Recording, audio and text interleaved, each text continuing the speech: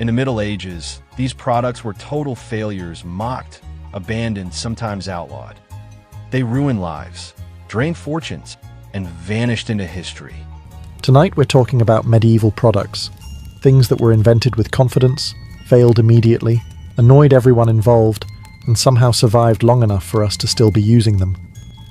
So before you get comfortable, take a moment, like the video and subscribe, but only if you genuinely enjoy what I do here. And let me know in the comments where you're tuning in from and what time it is for you. It's always fascinating to see who's joining us from around the world. Medieval toothpaste was not designed to care for teeth. It was designed to intimidate them. The idea was noble. Clean your mouth, avoid rot, appear vaguely civilized. The execution, however, suggested medieval people were conducting a long-term experiment to see how much pain a human could tolerate before simply giving up on smiling. The ingredients alone read like a medieval prank. Crushed animal bones, burnt shells, wood ash, salt, charcoal, occasionally powdered brick, because when your dental plan is already unhinged, why not commit fully? These substances were mixed into gritty powders or pastes and rubbed directly onto teeth using fingers, cloth, or what can only be described as medieval optimism. This did technically remove plaque. It also removed enamel, dignity, and any joy associated with having a mouth. Brushing was not refreshing. It was an event. People did not freshen up. They braced themselves.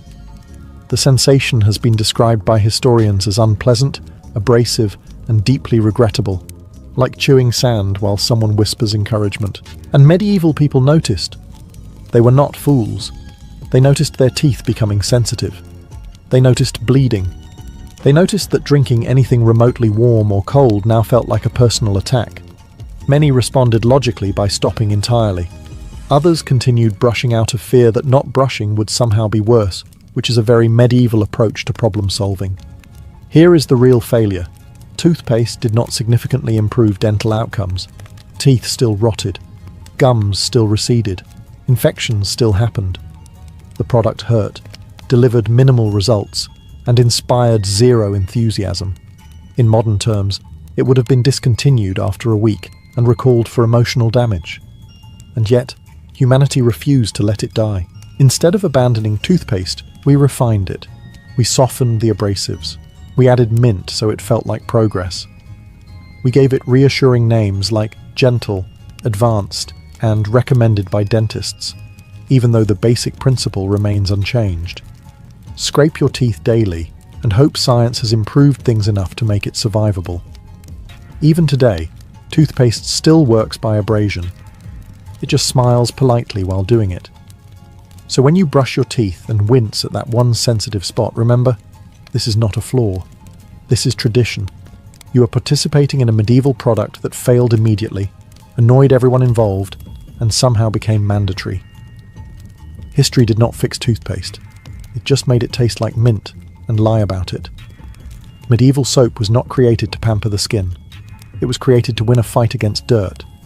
And if your skin happened to lose that fight, that was considered acceptable collateral damage. Soap in the Middle Ages was typically made from animal fat mixed with lye, a substance so aggressive it can dissolve organic matter, including the illusion that bathing should feel pleasant.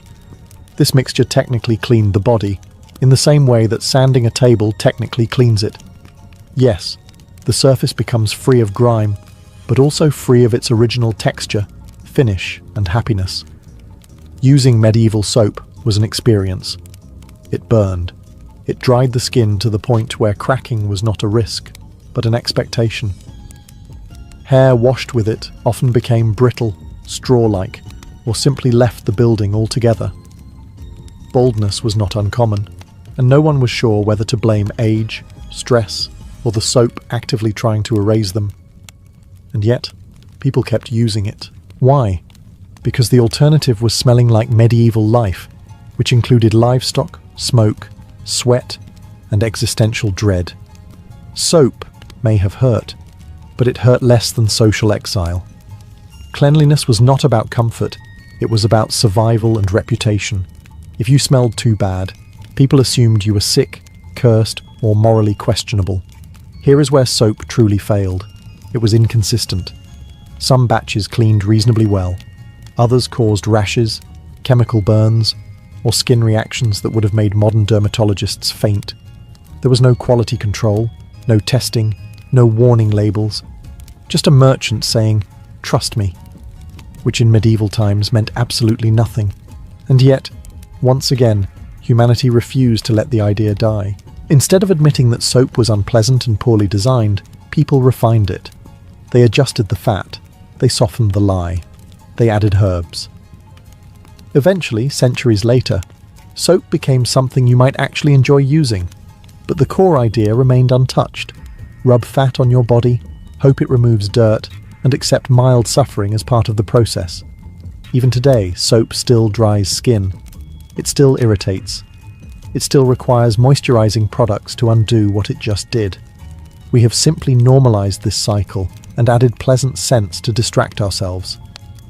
So the next time your hands feel dry after washing them, remember, this is not a flaw. This is legacy. You are using a medieval product that failed its original users, annoyed them deeply, and somehow survived unchanged in spirit. Soap did not get better. We just got used to it. Early eyeglasses were not designed with comfort, convenience, or human anatomy in mind. They were designed with one simple goal: make letters slightly less blurry and let the wearer figure out the rest. Everything beyond that was apparently considered optional. The first medieval spectacles appeared around the late Middle Ages, and they failed almost immediately in every category except one. They technically worked. These early glasses were heavy, awkward, and balanced directly on the nose with the confidence of an object that wanted to fall off. There were no arms to hook over the ears, no adjustable parts, just two lenses connected by hope and friction. If you moved your head too quickly, the glasses slid off. If you bent over, they fell. If you sneezed, they abandoned you. Reading while wearing medieval eyeglasses required monk-like discipline.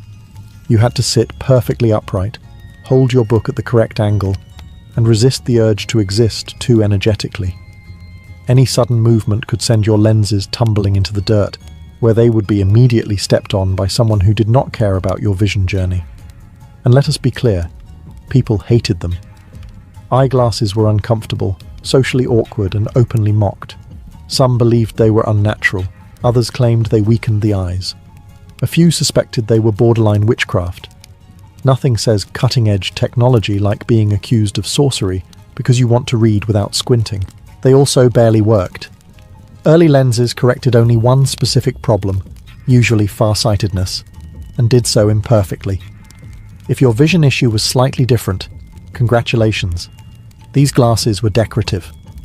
You could see a little better, but not enough to justify the inconvenience, judgment, and constant fear of dropping them. And yet, humanity refused to abandon the idea. Instead of admitting eyeglasses were a failure, people doubled down. They added frames. They added arms. They refined lenses. They kept the same basic concept and dragged it forward through centuries of discomfort. Even now, glasses slip, pinch, fog up, scratch, and break at the worst possible moment. We complain constantly. We still wear them. Eyeglasses are the perfect medieval failure product. People disliked them from the beginning. They were uncomfortable, unreliable, and socially risky. But they solved just enough of a problem that no one could justify throwing them away. So when your glasses slide down your nose or fog up the moment you step outside, remember, this is not bad design. This is tradition. Medieval alarm clocks were invented for people who hated sleeping too long, but were apparently fine with mild terror. These devices were not designed to wake you gently. They were designed to interrupt your existence with just enough chaos to force consciousness. Early alarm mechanisms came in many deeply questionable forms. Some used weights that slowly descended overnight until they triggered a bell. Others involved candles marked with nails or metal balls that, once the wax burned down, would drop onto a plate with a dramatic clatter. The idea was simple. Noise equals waking. Precision was optional. Safety was negotiable. Accuracy was optimistic. Medieval alarm clocks did not care what time it actually was. They cared only that something happened eventually. If you needed to wake before dawn, you might wake before midnight. Or not at all. Or during a small house fire. It was a flexible system. And people hated them. Imagine trusting your entire workday, prayer schedule, or survival routine to a candle slowly burning in a drafty room. If the flame flickered wrong, congratulations. You are now late. If the wax burned too fast, you woke up early and stared into the darkness, questioning every life choice that led you here. Some alarms were so loud and violent that they startled entire households awake, including people who had absolutely nothing scheduled that morning. Medieval mornings were not private affairs. One person's alarm was everyone's problem. And yet, despite the inconvenience, danger, and sheer unreliability, the concept refused to die. Instead of saying, perhaps humans were not meant to be shocked awake by collapsing objects, people doubled down. They refined the idea. They added gears, springs, bells, eventually electricity. Now we use phones that scream at us every morning like emotionally distant medieval bells with Wi-Fi. And we still hate them. No one enjoys alarm clocks. We dread them. We negotiate with them. We hit snooze like it is a legally binding contract. Entire industries exist to make alarms gentler, softer, or more natural, which is humanity quietly admitting that the original idea was a mistake. But the core concept remains unchanged. Artificial noise forces wakefulness. Wakefulness leads to productivity. Productivity justifies suffering. Medieval alarm clocks failed at comfort, accuracy, and user satisfaction. They succeeded only in one thing: making sure people woke up against their will. That single success was apparently enough to carry the product through centuries. So tomorrow morning, when your alarm goes off and you feel instant resentment, remember, this is not modern inconvenience. This is medieval heritage ringing in your ears. Medieval candles were not romantic. They were not cozy. They were not atmospheric. They were barely functional sticks of disappointment that happened to be on fire. Most medieval candles were made from animal tallow, rendered fat taken from cows or sheep. This meant they smelled faintly of livestock, smoked aggressively, and dripped molten grease everywhere like they were actively trying to ruin your furniture. Beeswax candles existed, but those were expensive and mostly reserved for churches, nobles, or people who wanted to flex their wealth through illumination. Lighting a candle did not create a soft glow. It created a small, flickering argument between flame, smoke, and gravity. Tallow candles burned unevenly, bent under their own heat, and showered hot wax onto tables, floors, hands, and occasionally faces. People did not relax by candlelight. They monitored it nervously. The light itself was underwhelming. One candle barely illuminated a room. 2 candles meant luxury. 3 candles meant you were either wealthy or doing something suspicious. Reading by candlelight was difficult, eye-straining, and often accompanied by coughing as smoke gathered near the ceiling like an unwanted house guest. And yet, candles were everywhere. Why? Because there was no alternative. Oil lamps required oil. Torches were dangerous indoors. Candles, as awful as they were portable, controllable, and only mildly catastrophic. So people tolerated them, complained constantly, and kept using them. Candles failed at efficiency. They failed at cleanliness. They failed at comfort. They failed at safety. Medieval records mention fires caused by candles with alarming frequency, usually followed by phrases like tragic accident and everything burned down. And still, humanity refused to let them go. Instead of abandoning candles, we refined them. We improved wicks. We cleaned wax. We reduced smoke. And then, centuries later, something strange happened. We started buying them voluntarily. We labeled them relaxing. We scented them. We lit them during baths and called it self-care, completely forgetting that medieval people would have associated candlelight with sore eyes, and the constant fear of house fires. Candles are the perfect medieval failure product. They never worked particularly well. They annoyed everyone. They were dangerous, messy, and inefficient. But they survived. So the next time you light a candle and sigh contentedly, remember, you are enjoying a product that once smelled like a barn, burned down houses, and existed purely because people had no better option. History did not improve candles. It just convinced us to like them. Medieval mattresses were not designed for rest. They were designed for lying down, which medieval people apparently considered good enough. Comfort was not a design goal. Comfort was a rumour. Most medieval mattresses were large fabric sacks stuffed with straw, hay, dried leaves, or whatever plant matter had not already been eaten by livestock. If you were wealthy, you upgraded to feathers, which sounds luxurious until you realise those feathers flattened within days and stabbed you repeatedly through thin cloth like tiny, judgmental needles. Sleeping on a medieval mattress was less restful slumber and more negotiation with gravity. The stuffing shifted constantly. You lay down comfortable, woke up partially on the floor, and spent the night adjusting like a rotisserie chicken that had regrets. Straw was especially unforgiving. Broken stalks poked through fabric, scratched skin, and occasionally drew blood. Insects loved it. Rodents moved in. Mold settled quietly. If your mattress started smelling strange, congratulations. Something had probably moved in permanently. And medieval people knew this. They complained endlessly. Writings from the period describe beds as uncomfortable, itchy, and unreliable. Mattresses flattened quickly and required constant refilling, which meant dragging in fresh straw and repeating the process like a seasonal curse. Here is where the product truly failed. Mattresses did not improve sleep quality. People woke up sore, stiff, and tired. Back pain was common. Good rest remained elusive. In modern terms, medieval mattresses had terrible customer satisfaction and zero quality control. And yet, humanity refused to abandon the idea.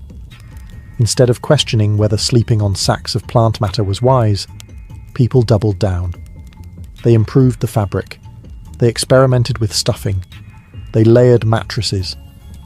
Eventually, centuries later, we arrived at foam, springs, and memory materials that still somehow fail to satisfy everyone. We still complain about mattresses. Too soft, too firm, too hot, too expensive.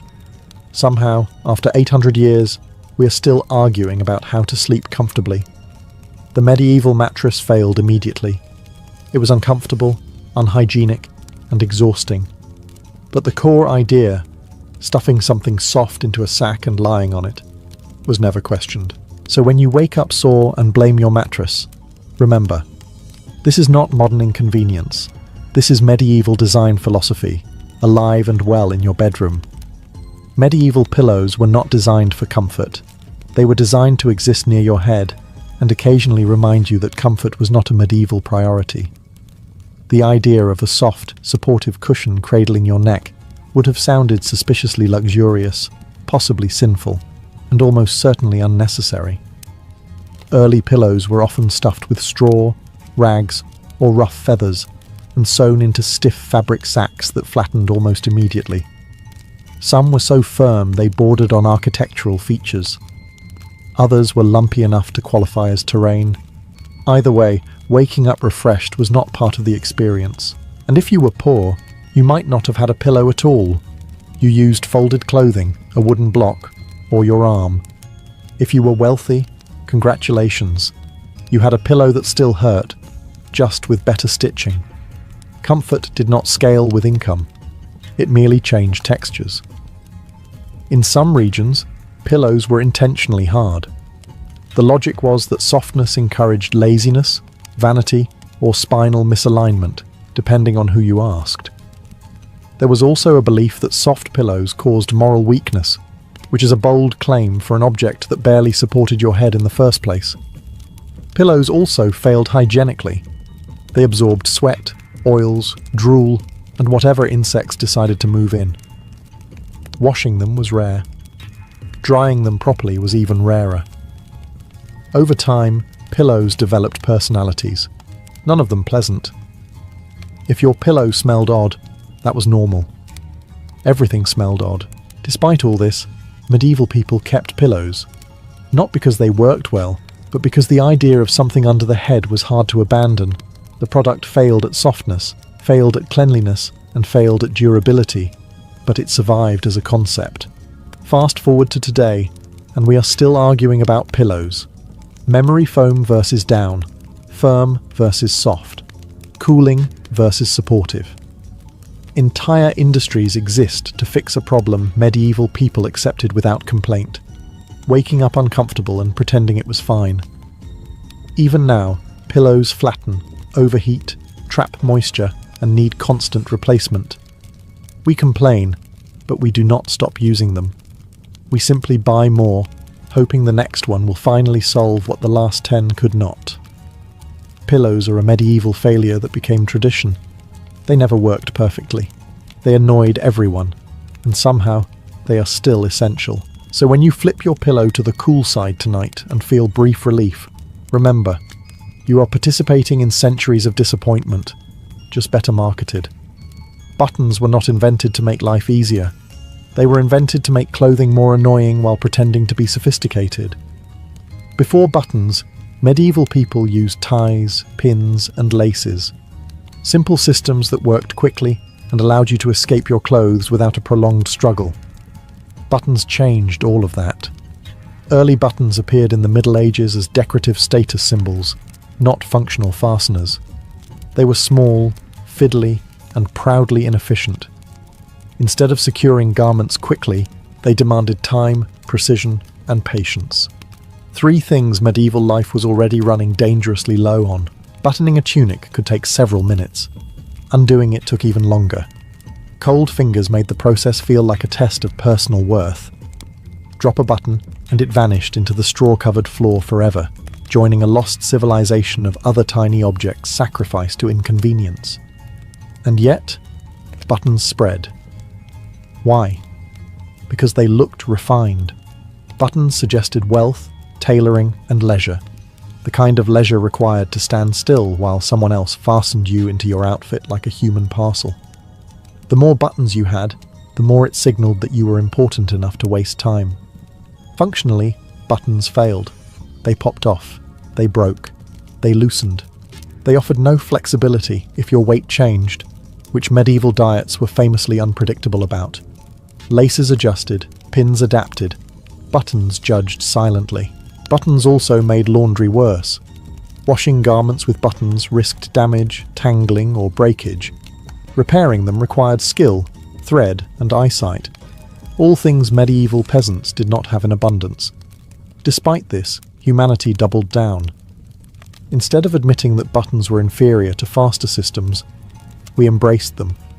We added more buttons, smaller buttons, decorative buttons that did absolutely nothing. Even today, clothing includes buttons that exist purely to look busy while contributing nothing to function. We still struggle with them. We still lose them. We still get annoyed when one pops off in public. Buttons are the perfect medieval failure product. Slow, unnecessary, fragile, and irritating, yet socially powerful enough to survive unchanged in principle for centuries. So the next time you button a shirt and feel that tiny flicker of frustration, remember, this is not poor modern design. This is medieval fashion, winning an argument it never deserved to win. Medieval public toilets were not designed for hygiene. They were designed for containment, and even that goal was approached with alarming optimism. The basic idea was simple. Designate a hole, convince people to aim for it, and trust gravity to solve the rest. Science was not invited to this meeting. Most medieval public toilets were long wooden benches, with multiple holes cut into them, positioned over pits, rivers, or flowing water if someone was feeling ambitious. There were no dividers, no privacy, no personal space. Using the toilet was a communal activity, whether you wanted it to be or not. Conversation happened, eye contact happened, regret happened. Cleanliness was theoretical. These toilets were rarely cleaned, frequently overflowing, and always aromatic. The smell was not unpleasant. It was structural. It clung to buildings. It drifted through streets. It announced itself long before you arrived, giving you time to reconsider your life choices. Disease spread easily, but medieval people did not connect toilets with illness in any meaningful way. If you got sick, that was God, fate, or bad air. Not the hole everyone was using repeatedly all day. The concept failed spectacularly at sanitation, health, and dignity. And yet, the idea survived. Instead of abandoning shared toilet spaces, humanity kept them. We refined the pits, added water, added pipes, added flushing, added signs asking people to wash their hands, because apparently that still needed clarification centuries later. Modern public bathrooms are objectively better, and yet they still inspire discomfort, anxiety, and avoidance. We still hesitate before entering.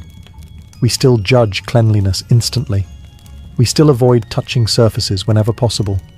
The medieval experience lives on emotionally, if not structurally. Public toilets have never been loved. They have always been tolerated. They fail at comfort. They fail at privacy. They fail at peace of mind. And yet they are unavoidable, because the alternative is far worse.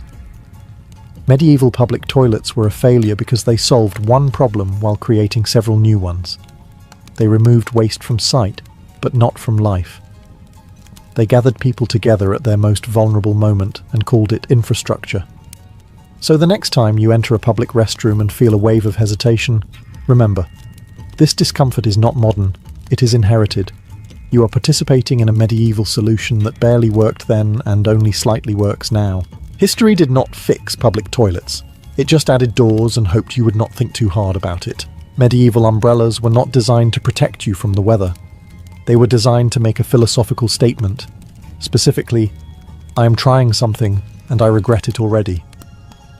Early umbrellas were heavy, awkward, and deeply offended by wind. They were often made with wooden frames, stiff fabric, and absolutely no understanding of aerodynamics. Opening one in a breeze was less an act of protection and more an invitation to wrestle with nature in public. They barely worked. Rain still found its way in from the sides. Wind flipped them inside out long before that was a recognized engineering flaw. And when they broke, which they did enthusiastically, they broke spectacularly, snapping ribs and collapsing like disappointed spiders. Socially, umbrellas were a disaster. Carrying one marked you as strange, pretentious, or suspiciously foreign. Many people believed umbrellas were unmanly, impractical, or an insult to God's weather decisions. If it was raining, you were expected to accept it. Shielding yourself was viewed as soft behavior. Despite this, umbrellas persisted. Why? Because on a calm day, in a gentle drizzle, standing perfectly still, they sort of worked. And humanity has always been willing to tolerate 90% failure if something works 10% of the time and looks vaguely sophisticated while doing it. Umbrellas also failed at portability. They were large, rigid, and inconvenient to carry when not in use, which was most of the time.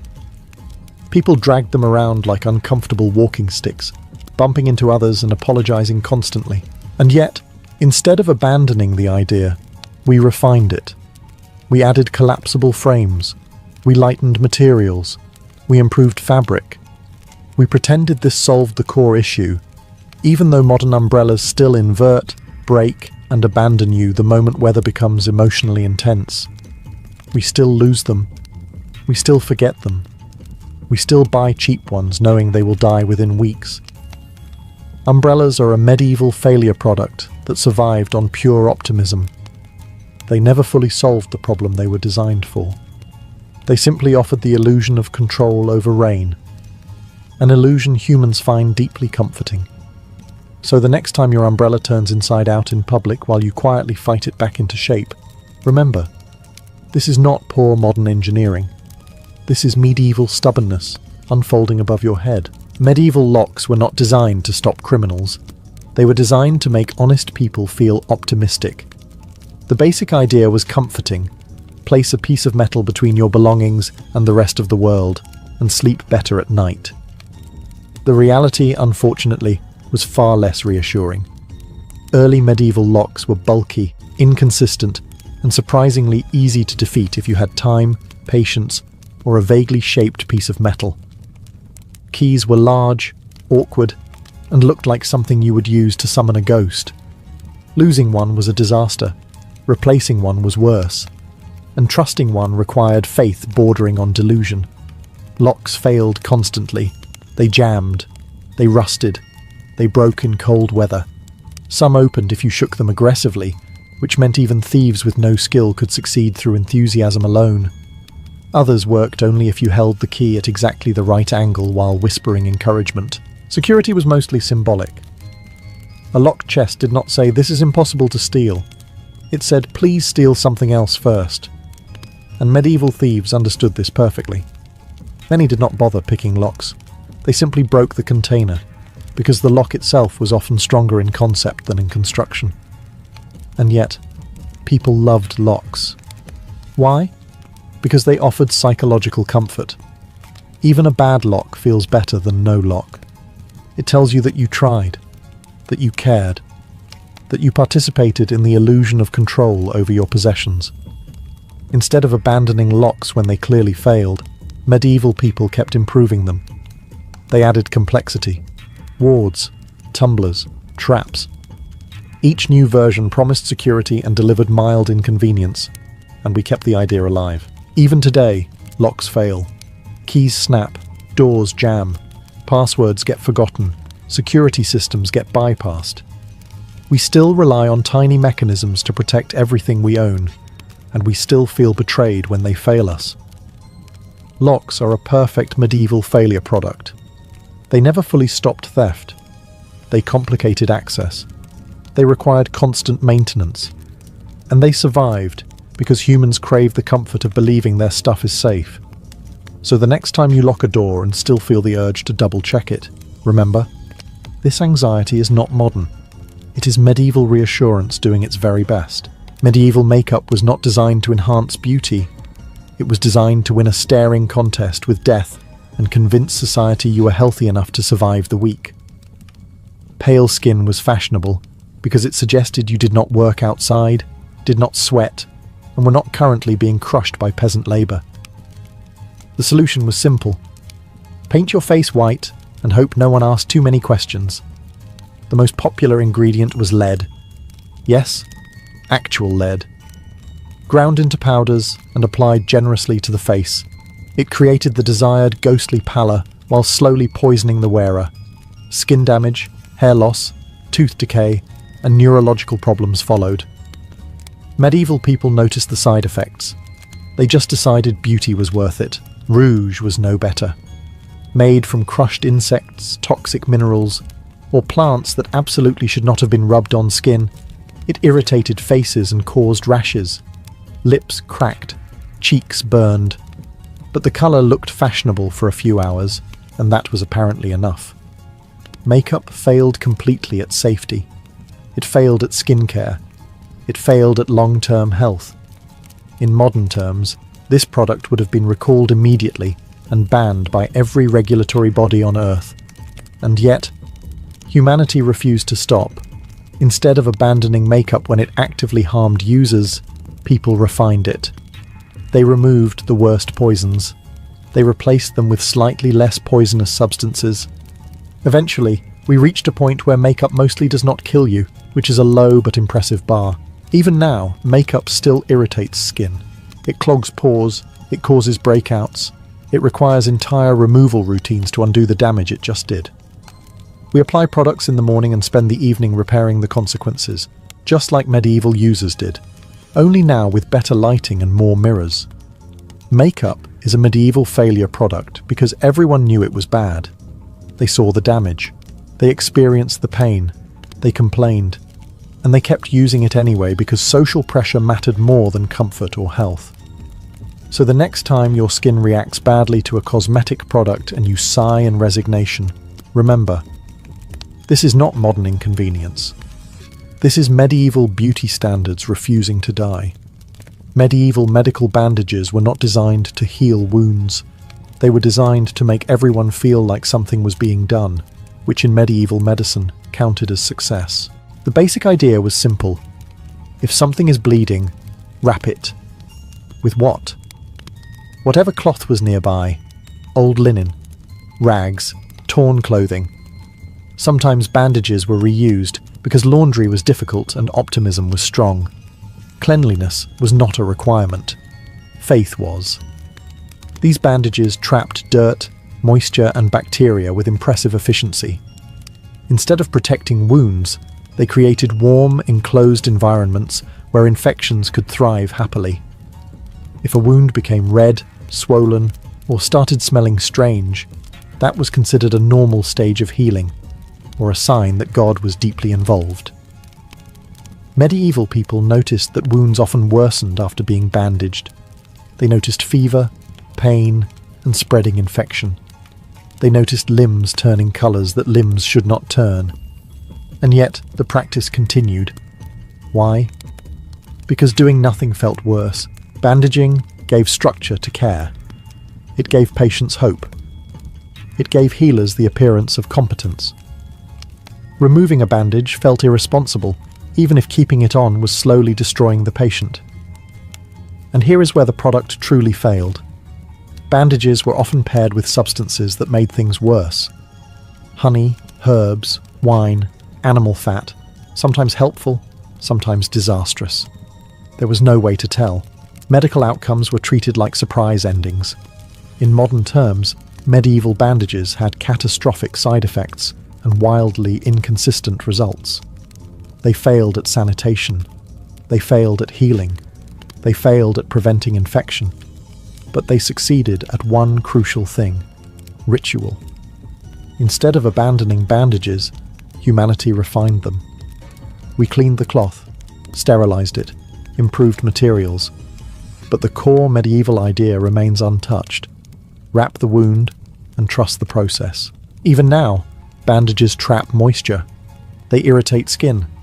They occasionally cause infection if left too long. We still argue about whether to let a wound breathe or keep it covered, a debate medieval people were unknowingly having without the vocabulary. So the next time you peel off a bandage and wince at what you see underneath, remember, this discomfort is not modern. It is medieval medicine, doing its best and failing forward. Medieval footwear was not designed for comfort. It was designed to technically exist between your foot and the ground, and even that goal was approached with cautious optimism. Shoes were stiff, thin, and unforgiving. Walking all day meant pain was not a possibility. It was a feature. To solve this, medieval people invented insoles. And by invented, I mean they stuffed things into their shoes and hoped for mercy. Straw, cloth scraps, moss, hay, whatever was nearby and vaguely soft was pushed inside. This padding shifted constantly, bunched up, flattened within hours, and smelled like it had its own opinions. At first it felt better, briefly. Then the stuffing migrated. One step later, all the cushioning was under your toes. 2 steps later, it vanished entirely. By midday, you were walking on bare leather again, except now your shoe also contained damp organic matter, slowly becoming a science experiment. Insoles failed at durability. They failed at stability. They failed at hygiene. Wet straw inside a shoe did not dry quickly. It rotted. It attracted insects. If you removed it at the end of the day, you were greeted by a smell that suggested your foot had lived a full independent life. And medieval people knew this. They complained. They replaced stuffing constantly.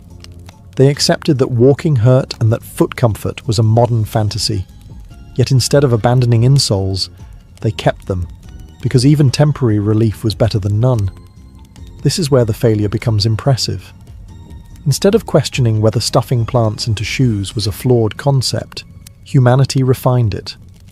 We replaced straw with felt, felt with cork, cork with foam, foam with gel. And somehow, after centuries of innovation, people still complain about insoles not working properly. Too soft, too firm, too thin, too bulky. Sound familiar? Modern insoles still flatten. They still shift. They still smell. We still remove them occasionally and question our life choices. The materials changed, but the experience did not. Footwear insoles are a medieval failure product that survived through pure desperation. They never fully solved the problem they were created for. They simply made walking slightly less miserable for a short period of time, which, in medieval logic, counted as success. So the next time your feet ache and you consider buying new insoles, remember, this disappointment is ancient. You are walking in medieval footsteps, literally and emotionally. Medieval paperwork was not designed to make life easier. It was designed to exist, multiply, and slowly drain the will of everyone involved. The moment medieval societies discovered paper records, they immediately asked the most dangerous question in human history. What if we wrote this down? Again. Charters, permits, tax records, guild memberships, land deeds, church documents. Everything required paper. And not just one copy, multiple copies, stored in different places, written by hand, slowly, painfully, often incorrectly.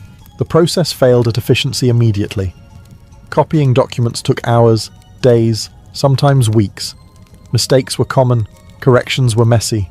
Entire disputes erupted over spelling errors or smudged ink.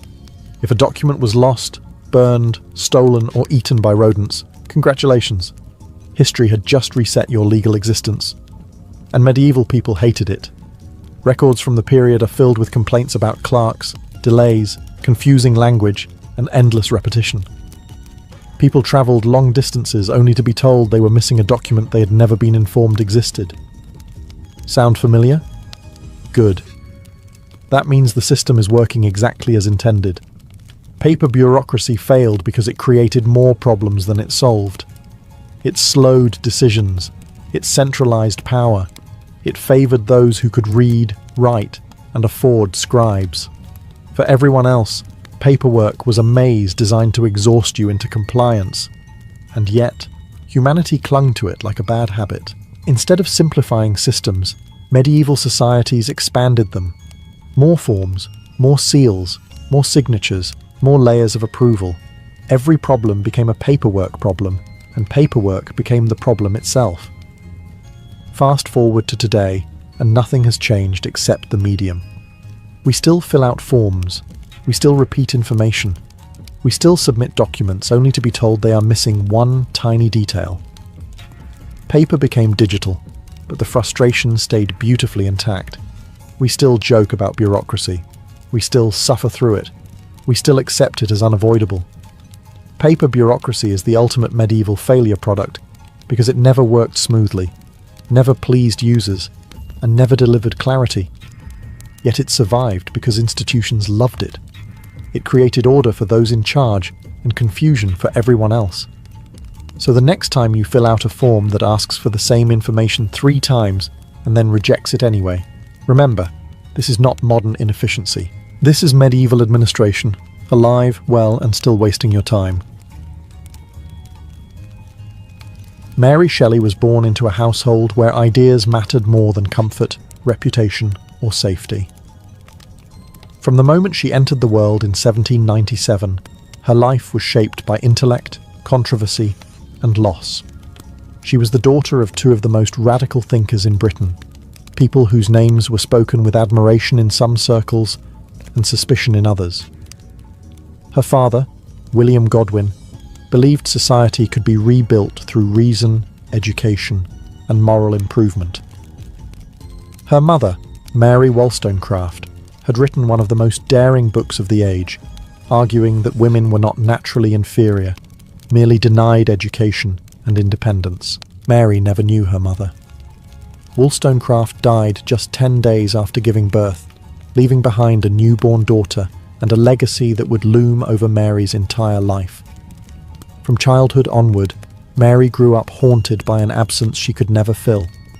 She would later visit her mother's grave to read, write, and think, treating it as both shrine and classroom. Death was not an abstract concept in her early life. It was personal, immediate, and formative. Her father raised her surrounded by books, debates, and visiting intellectuals. The house was often filled with writers, philosophers, and political radicals, all arguing about revolution, justice, and the future of humanity. This was not a gentle or sheltered upbringing. Godwin believed children should be shaped by reason rather than discipline, but his ideals did not always translate into warmth. Mary was intellectually stimulated, but emotionally lonely, especially after her father remarried. Her stepmother favoured her own children, and Mary often felt like an outsider in her own home. Still, books became her refuge. She absorbed history, poetry, philosophy, and science at an early age, developing an imagination fueled by both knowledge and isolation. She learned early that ideas had consequences, that bold thinking could bring admiration, but also condemnation. This lesson would follow her throughout her life. From the very beginning, Mary Shelley stood at the intersection of creation and loss, brilliance and sorrow. She was born into a world of revolutionary thought, but also into a silence left by death. That tension, between intellectual ambition and emotional pain, would one day give birth to one of the most enduring stories ever written. By the time Mary Shelley reached her mid-teens, she was already restless. The world inside her father's house felt cramped, not physically but emotionally. Ideas flowed freely, but affection did not. It was during this vulnerable period that she met a man who seemed to embody everything she longed for: passion, rebellion, and poetic fire. His name was Percy Bysshe Shelley. Percy was already married when they met, which in early 19th century England was not a minor inconvenience, but a social landmine. He was known as a radical poet, an atheist, and a political troublemaker. Exactly the sort of person respectable society warned young women to avoid. Naturally, Mary fell in love with him almost immediately. He treated her as an intellectual equal, encouraged her writing, and spoke of freedom with the intensity of someone determined to live by his ideals, no matter the cost. Their relationship quickly became a scandal. Mary's father, despite his radical philosophy, was horrified. He had written about free love in theory, but watching his teenage daughter run off with a married man was another matter entirely. Yet Mary was undeterred. In 1814, she and Percy fled England together, accompanied by Mary's stepsister, Claire Clairmont. It was less a romantic honeymoon, and more a chaotic act of rebellion. Their journey through France, Switzerland, and Germany was difficult, uncomfortable, and often miserable. They travelled on foot, slept poorly, ran out of money, and faced constant uncertainty. But for Mary, this escape was intoxicating. She had chosen love and freedom over obedience, fully aware that society would never forgive her for it. At just 16, she had severed her place in polite society with remarkable resolve. The emotional toll was heavy. Letters from home went unanswered. Friends turned cold. Respectable doors closed permanently. Yet Mary learned something crucial during this period. Independence came at a steep price, but submission cost even more. She was no longer simply the daughter of famous thinkers. She was now the author of her own scandal. This period of exile hardened her. Love, she discovered, was not a fairy tale, but a force capable of destruction, as well as inspiration. These lessons, about devotion, defiance, and consequence, would soon shape the darkest and most powerful ideas she ever put to paper. In 1816, Mary Shelley arrived in Switzerland expecting inspiration and beauty. What she encountered instead was darkness, literal and psychological. That year would later be remembered as the Year Without a Summer, caused by a massive volcanic eruption that filled the atmosphere with ash and blotted out the sun. Cold rain fell relentlessly. Skies stayed grey. Days felt unfinished. For Mary, the gloom seeped into everything. She and Percy Bysshe Shelley settled near Lake Geneva, not far from the rented villa of Lord Byron, already infamous for his excesses and genius. The group that gathered there, poets, lovers, and restless minds, spent their days trapped indoors, reading German ghost stories aloud by candlelight, arguing about science, life, and the soul. Conversations drifted toward electricity, galvanism, and the disturbing question of whether life itself could be artificially created. It was Byron who proposed a challenge. Each person should write a ghost story. At first, Mary struggled. Nights passed with no ideas, only unease. She felt like an observer rather than a creator, surrounded by towering male intellects. But her imagination was quietly assembling something far more powerful than a simple ghost tale. One night, unable to sleep, Mary experienced what she later described as a waking dream.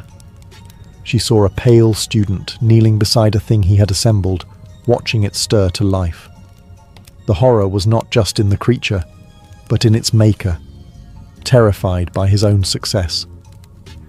The image struck her with sudden clarity and became impossible to ignore. This was not a story about monsters in the traditional sense. It was about creation without responsibility, ambition without foresight, and the loneliness of being cast into the world unwanted. Mary drew unconsciously from everything she knew: her mother's death after childbirth, her father's cold idealism, her own experiences of abandonment and loss. Out of that sleepless night emerged the seed of Frankenstein, or the modern Prometheus. It was not born from comfort or joy, but from isolation, fear, and deep reflection on what it means to bring life into the world. That dark summer marked a turning point. Mary was no longer merely absorbing ideas. She was transforming them. In a world without sunlight, she imagined a spark powerful enough to animate the dead, and in doing so, quietly changed literature forever. The creation of Frankenstein did not bring immediate triumph to Mary Shelley. Instead, the years that followed were marked by a far more intimate and devastating education, motherhood, and the repeated experience of loss. While still in her late teens, Mary became pregnant for the first time. The child was born prematurely and lived only a few days. Mary recorded the event in her journal with quiet restraint, but the pain beneath her words was unmistakable. She dreamed of the baby coming back to life, warmed by the fire. It was a haunting image, and one that echoed eerily with the themes already forming in her imagination. More pregnancies followed, and with them more tragedy. Of Mary's children, only one would survive into adulthood. Each loss deepened her understanding of grief, responsibility, and the cruel randomness of existence. These were not abstract ideas to her.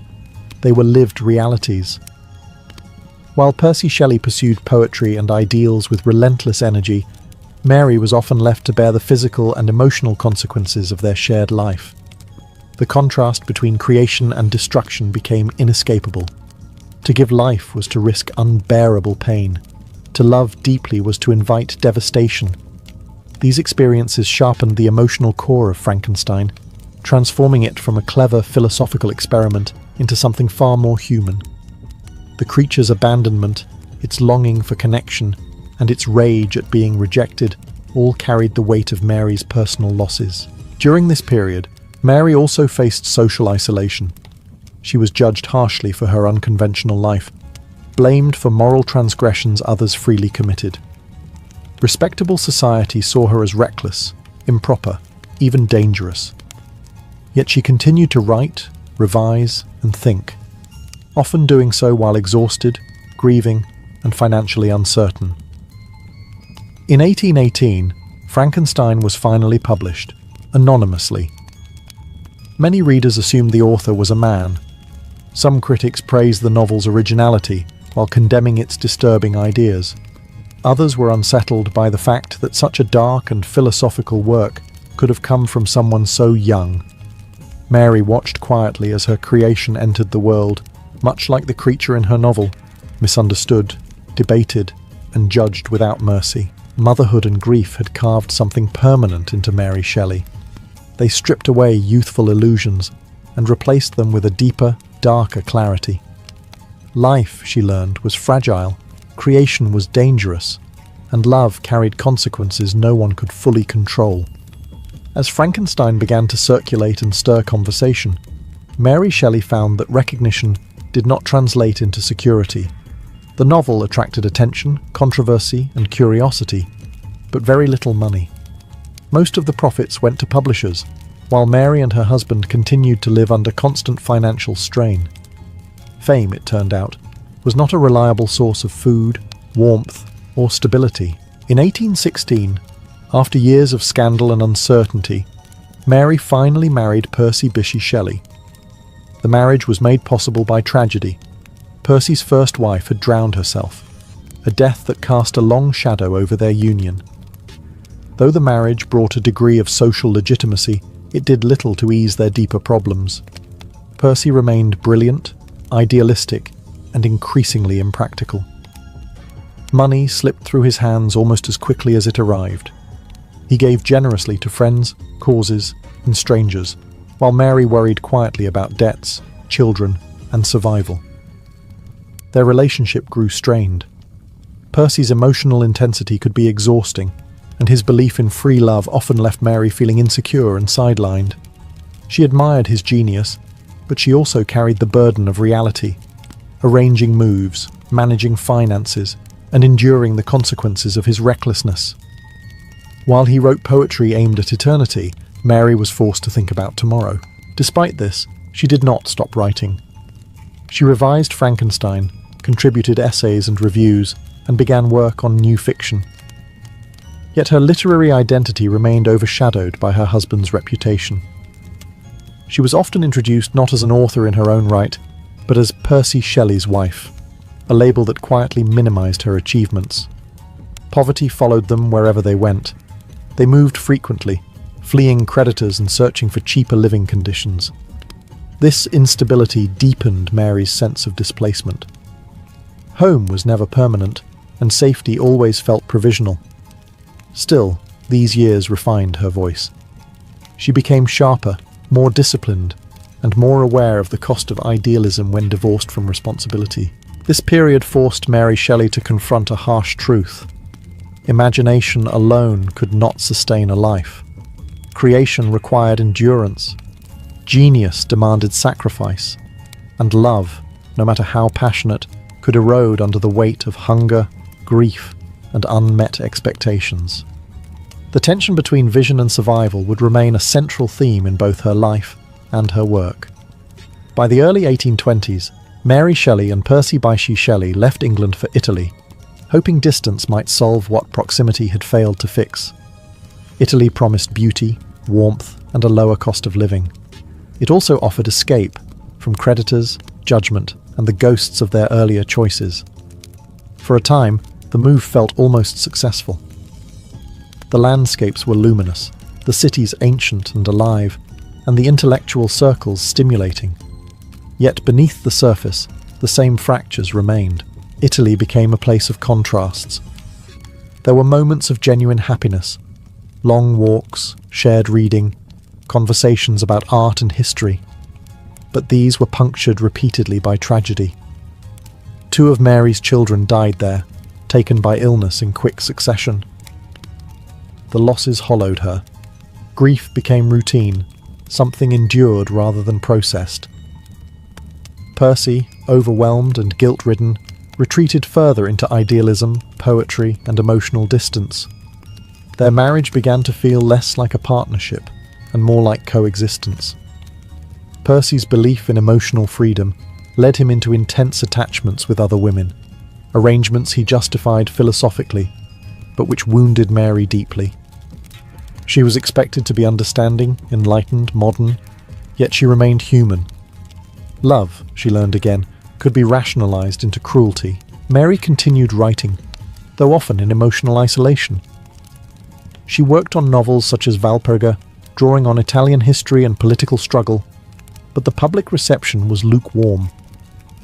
Critics compared her unfavorably to her husband, dismissing her work as secondary, derivative, or overly intellectual for a woman. The irony was sharp. She was criticized both for thinking too much and for not being brilliant enough. Italy, once imagined as renewal, slowly became associated with loss. The sunlit landscapes could not soften the accumulating grief. Each death, each disappointment, stripped away another layer of youthful optimism. Mary matured rapidly, not through choice but necessity. Still, something crucial was forming. These years sharpened her understanding of endurance. She saw how ideals collapsed under pressure, how beauty could coexist with suffering, and how individuals survived not through grand philosophies, but through quiet persistence. Italy did not save Mary Shelley, but it forged her. Out of heat, grief, and disillusionment, she emerged with a clearer sense of herself, not as someone orbiting genius, but as a writer shaped by experience, restraint, and a deep knowledge of human fragility. In 1822, everything collapsed. Mary Shelley was only 24 when her life was violently split in two. Her husband, Percy Bysshe Shelley, set sail along the Italian coast in a small boat, confident as ever in his belief that nature could be mastered with courage and intellect. A sudden storm rose without warning. The boat vanished. Days later, Percy's body washed ashore, unrecognizable, battered by the sea. Mary was not present when it happened. She learned of his death through others, forced to imagine the final moments rather than witness them. The shock was absolute. Percy had been many things: brilliant, careless, exhausting, inspiring. But he had been the axis around which her adult life revolved. His death left not only grief, but silence. No more arguments, no more reconciliations, no possibility of change. The aftermath was grim. Percy's body was cremated on the beach in a strange, improvised ceremony attended by friends. Mary did not watch. She could not. Later, she kept his heart, literally, preserved among his papers, a detail often sensationalized but deeply revealing. For Mary, memory was physical.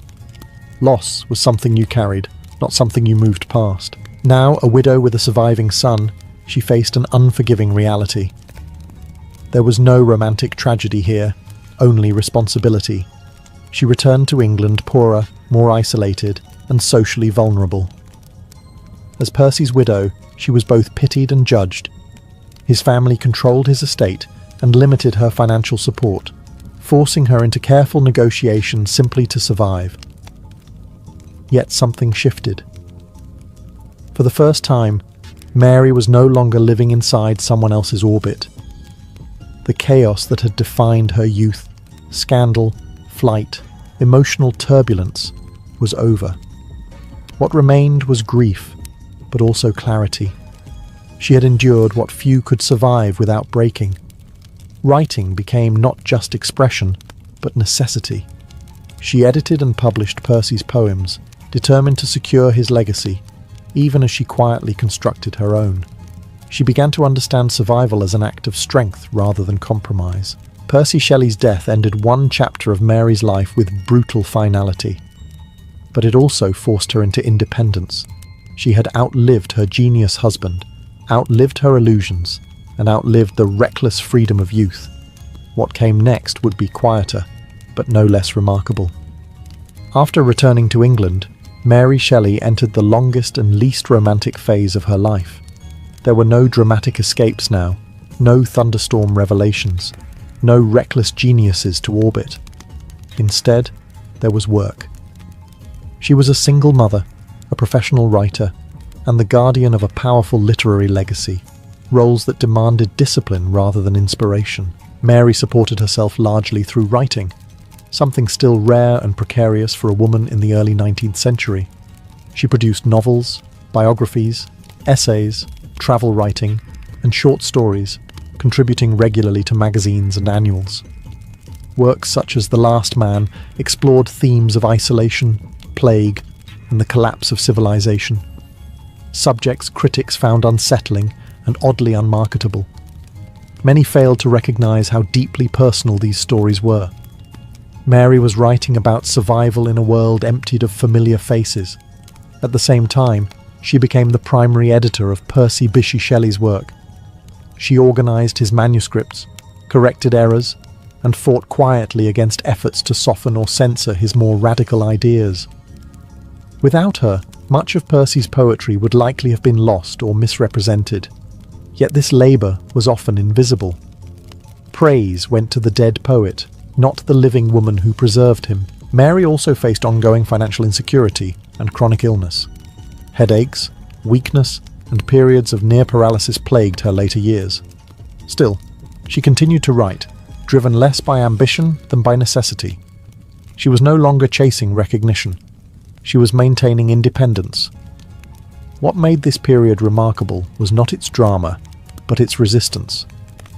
Mary refused to retreat into obscurity or dependence. She did not remarry, despite opportunities that might have eased her financial burdens.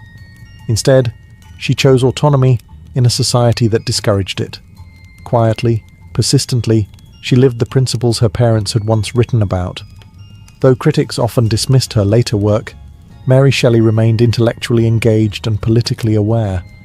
She followed revolutions abroad, supported reformist causes, and never abandoned the belief that literature could shape moral thought. This chapter of her life lacked spectacle, but it demonstrated something rarer than youthful rebellion: endurance. Mary Shelley proved that survival itself could be a radical act, and that creation did not end with tragedy, but could continue patiently against the odds. By the time Mary Shelley reached her final years, she had become a strange contradiction in the public imagination. Famous, yet misunderstood. Celebrated, yet quietly sidelined. To many readers, she remained the teenage girl who had written Frankenstein during a stormy summer. To others, she was still primarily the widow of a great poet. Rarely was she seen for what she truly was: a lifelong professional writer who endured loss, scandal, poverty, and illness without surrendering her independence or intellect. Mary spent her later years caring for her son, Percy Florence Shelley, whose future she guarded fiercely. Ensuring his stability meant navigating complex relationships with Percy Shelley's aristocratic family, managing limited finances, and maintaining her reputation in a society that never fully forgave her youthful defiance. Respectability, once denied to her, became a tool she used strategically rather than a value she worshipped. Her health steadily declined. Chronic pain, weakness, and neurological symptoms made daily life difficult, yet she continued reading, thinking, and writing for as long as she was able. She revised earlier works, reflected on her past, and watched as Frankenstein took on a life entirely its own. The novel was adapted for the stage, altered, sensationalized, and simplified. The creature became a monster in popular culture, even though Mary had written him as a thinking, feeling being shaped by neglect. In many ways, the fate of her novel mirrored her own: reduced, misunderstood, yet impossible to erase. Mary Shelley died in 1851, at the age of 53.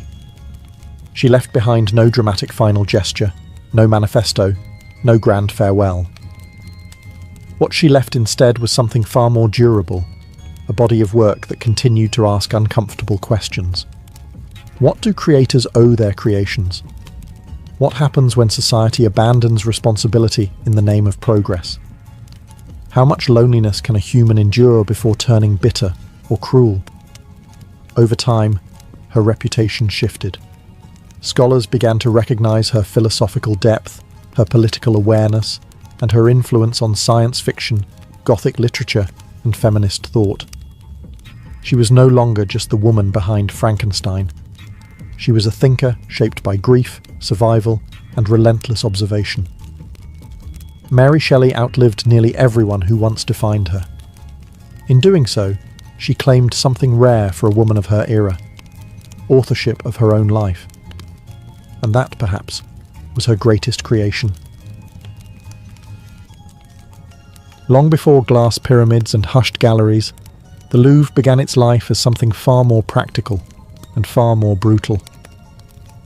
In the late 12th century, Paris was not yet the elegant capital of culture it would become. It was a growing medieval city vulnerable to invasion, especially from the northwest. To protect it, King Philip Augustus ordered the construction of a massive stone fortress on the city's edge, right where the Louvre now stands. This original Louvre was not built to inspire. It was built to intimidate. Thick limestone walls rose from the ground, reinforced by towers and surrounded by a defensive moat fed by the Seine. At its heart stood a huge central keep, cold, windowless, and imposing. Soldiers patrolled its ramparts, weapons ready, while below them the city lived under the constant reminder that royal power was never far away. The fortress served as both shield and warning. From here, the king could watch the river traffic and control access to Paris. It was a statement of authority carved into stone. Inside, conditions were harsh. This was no palace of comfort. The rooms were dark, damp, and designed for defense, not beauty. The Louvre's earliest corridors echoed not with footsteps of tourists, but with armor, boots, and the tension of siege preparedness. Yet even in this early phase, the Louvre began accumulating layers, both physical and symbolic. Prisoners were held within its walls. Treasures and royal records were stored here, guarded like military assets. The building became a vault of power, secrecy, and fear. What lay behind its walls was not meant to be seen by the public. As Paris expanded, the city slowly grew around the fortress. Streets crept closer. Markets flourished nearby. What was once a frontier defense became swallowed by urban life. The Louvre no longer stood at the edge of civilization. It stood at its center. And with that shift came a crucial transformation. By the time later kings looked at the grim old fortress, they saw not just stone and battlements, but potential. The walls that once kept enemies out could now keep courtiers in. The stronghold of war would slowly become a residence of power. But deep beneath the modern museum, traces of this first Louvre still remain. Medieval foundations, hidden passages, and the ghostly outline of the old keep lie buried below polished floors. Silent proof that the world's most famous art museum was born not from beauty, but from fear. As the medieval city tightened its grip around the old stronghold, the Louvre began to feel out of place. By the 14th century, Paris was no longer a frontier town. It was a political and cultural centre, and its kings no longer wanted to live in cold stone fortresses designed for war. They wanted comfort, ceremony, and visibility. The transformation began under King Charles V, who looked at the grim medieval Louvre and decided it was time for reinvention. Charles V did not tear the fortress down. Instead, he softened it. Towers were reshaped, windows were enlarged to let in light rather than arrows. Interiors were remodeled to include private chambers, libraries, and spaces for courtly life. For the first time, the Louvre became a place where a king actually lived, not just ruled from a distance. The former military outpost slowly evolved into a royal residence. This shift changed the building's atmosphere entirely. Where soldiers once stood watch, courtiers now whispered. Where weapons had been stored, tapestries were hung. The Louvre became a stage for power rather than a shield against it. The king's presence turned the structure into a symbol of stability, culture, and authority, at least on the surface. But the past was never fully erased. Beneath the new decorations, the old fortress remained. Secret stairways, thick walls, and narrow passages continued to shape daily life.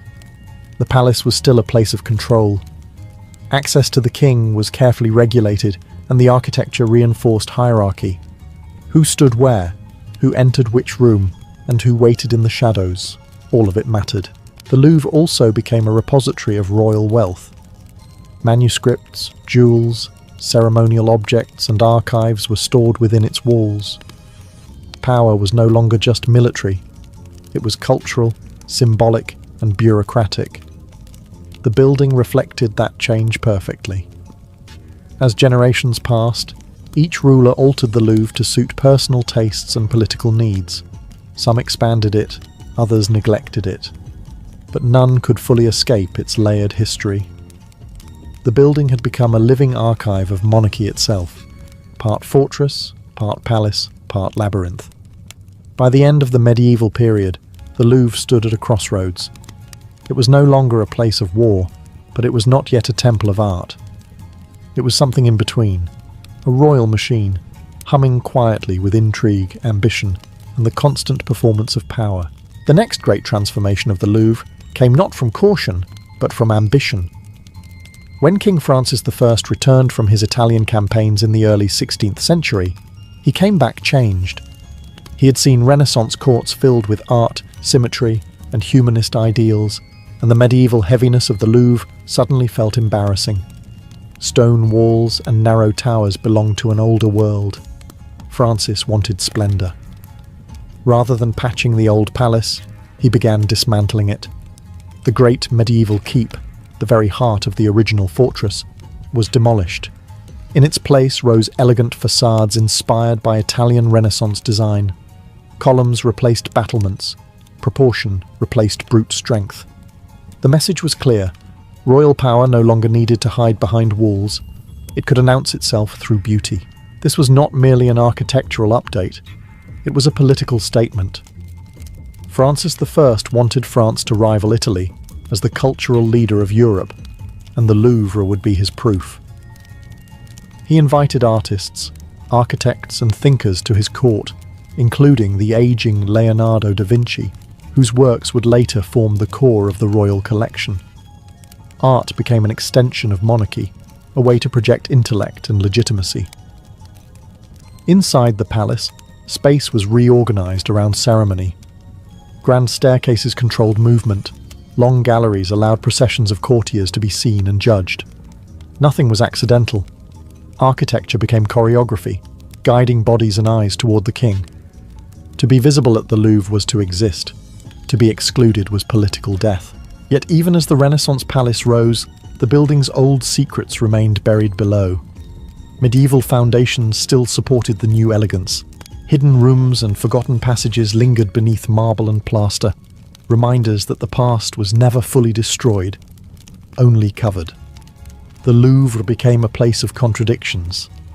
It celebrated human creativity while reinforcing absolute power. It displayed beauty while quietly enforcing hierarchy. Art softened authority, but it also magnified it. This period set the tone for everything that followed. The Louvre was no longer just where kings lived. It was where kings performed. And in turning stone into spectacle, Francis I permanently altered the purpose of the building, transforming it into a monument not only to power, but to image, legacy, and control. By the late Renaissance, the Louvre had become less a home and more a pressure chamber. It was magnificent on the surface, filled with art, ceremony, and ritual, but beneath the elegance pulsed constant tension. To live at the Louvre was to exist inside a web of surveillance, rivalry, and whispered ambition. Court life was theatrical, but it was also dangerous. Kings, queens, and nobles moved through carefully choreographed spaces where every gesture carried meaning. A misplaced word could end a career. A glance could spark a feud. Favour was currency, and access to royal chambers determined survival. The architecture reinforced this reality. Corridors narrowed deliberately. Rooms were layered with thresholds. Power was measured in proximity. It was during this era that figures like Catherine de' Medici wielded immense influence from within the palace. As queen, widow, and regent, she understood the Louvre not just as a residence, but as a tool. She hosted lavish entertainments while quietly arranging marriages, alliances, and eliminations. The palace became a chessboard, and the players rarely saw the whole game. Violence was never far away. Religious conflict between Catholics and Protestants seeped into court life, poisoning trust. In 1772, the nearby events of the St. Bartholomew's Day massacre stained Paris with blood. Though much of the violence unfolded in the streets, the Louvre was not untouched. Protestant nobles who had come for a royal wedding suddenly found themselves trapped within the palace. Some murdered in spaces meant for diplomacy and celebration. The walls that once defended against foreign armies now enclosed terror. Hallways echoed with running footsteps. Doors were barred. What had been a symbol of order became a cage. The palace's beauty did nothing to soften the brutality of power when it turned inward. Despite the danger, life at the Louvre continued. Banquets were held. Art was commissioned. Ritual persisted as if violence were merely another inconvenience. This was the true nature of royal power, its ability to absorb bloodshed without breaking stride. The Louvre's polished halls concealed fear, and its grandeur masked fragility. Kings ruled not from certainty, but from constant anxiety. Every smile hid calculation. Every celebration risked catastrophe. By the end of this period, the Louvre had become a monument to contradiction, a palace of beauty built atop paranoia. Its walls remembered everything, even when official history tried to forget. For all its splendor and history, the Louvre was ultimately rejected by the very monarchy that had shaped it. That turning point came under King Louis XIV, a ruler whose obsession with control would redefine royal power and quietly hollow out the Louvre. Louis XIV inherited a kingdom scarred by rebellion. As a child, he had lived through the chaos of the Fronde, a series of uprisings that had forced the royal family to flee Paris. The memory never left him. To Louis, the city represented danger, unpredictability, and the constant threat of defiance. The Louvre, sitting at the heart of Paris, was no longer a symbol of authority. It was a liability. His solution was radical. Rather than rule from within the city, Louis withdrew from it entirely. He transformed a modest hunting lodge outside Paris into the vast palace of Versailles, a place designed to isolate the king from the population and trap the nobility within an endless performance of loyalty. Power would no longer be negotiated in narrow corridors. It would radiate outward from a single, untouchable centre. When the court moved to Versailles, the Louvre was left behind, physically intact but politically obsolete. Its grand halls fell silent. Courtiers vanished. The rituals that once animated its rooms migrated west, leaving the palace in an uncomfortable limbo. It was no longer a royal residence, yet it was far too symbolic to abandon entirely. Instead, the Louvre was repurposed. Artists, academies, and royal workshops were installed within its walls. Painters, sculptors, and architects moved into spaces once reserved for nobles. For the first time, creation replaced ceremony as the building's primary activity. This shift was subtle, but profound. The Palace of Kings began its long transition into a house of culture. Yet the change was not driven by generosity. Louis XIV did not open the Louvre to elevate artists. He simply no longer needed the space. Art, like everything else, remained under royal control. Studios existed by permission, not right. The building became quieter, but it was still watched. This abandonment marked the beginning of the end for the Louvre as a symbol of absolute monarchy. Stripped of its political heartbeat, it became something unstable, part relic, part experiment. The kings had moved on. The building, for the first time, had been left to wait. By the late 18th century, the Louvre stood in an uneasy silence. It was no longer a royal home, yet it remained a powerful symbol of monarchy. Vast, expensive, and looming over a city simmering with anger. While artists worked in its galleries and administrators debated its purpose, the political ground beneath Paris was beginning to crack. When the French Revolution erupted, the Louvre's meaning changed overnight. The palace that had once embodied royal authority was suddenly rebranded as property of the people. Kings no longer ruled from behind its walls, but their ghosts still lingered in every corridor. The revolutionaries understood symbolism well. If the old order was to be destroyed, its monuments had to be reclaimed. As crowds filled the streets and the monarchy collapsed, royal collections were seized. Paintings, sculptures, scientific instruments, and decorative objects, once locked away for elite eyes, were declared national property. The Louvre was no longer a palace waiting for kings who would never return. It was about to become something unprecedented. In 1793, during the most radical phase of the Revolution, the Louvre officially opened as a public museum. This was not an act of cultural generosity. It was ideological warfare. Art was transformed into proof that the nation, not the monarchy, was now the rightful heir to France's heritage. Walking through the galleries became a political act, yet the transition was chaotic. The same halls that now displayed masterpieces had recently echoed with fear. Outside, executions continued. Inside, curators rushed to catalogue and protect objects from looting, vandalism, and neglect. The building was caught between enlightenment and terror. The irony was sharp. A palace built to control access was now open to all, at least in theory. Ordinary citizens wandered through spaces once guarded by protocol and power, staring at treasures they had never been meant to see. The Louvre had become a stage for a new experiment, whether culture could belong to everyone.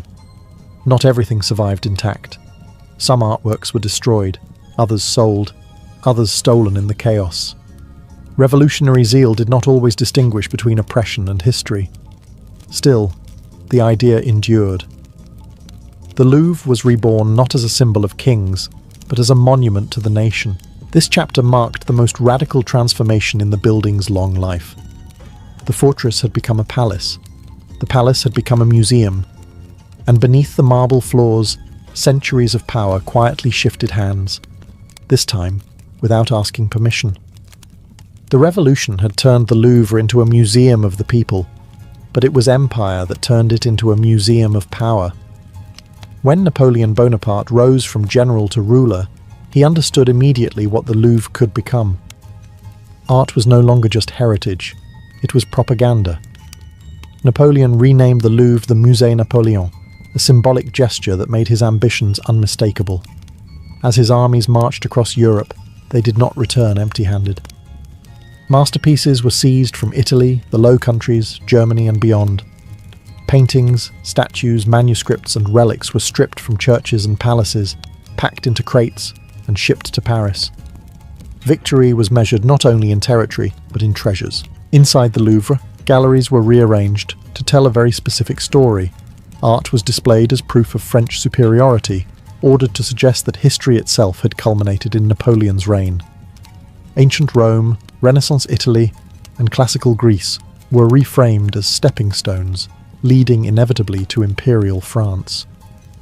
To walk the museum was to walk through an argument. This was not subtle theft. It was systematic, public, and unapologetic. Napoleon believed Paris deserved to be the capital of world culture, and the Louvre would be its altar. Artists and scholars were divided, some thrilled by access to unprecedented collections, others disturbed by the violence that made it possible. For visitors, the experience was overwhelming. Never before had so much of Europe's cultural heritage been concentrated in one place.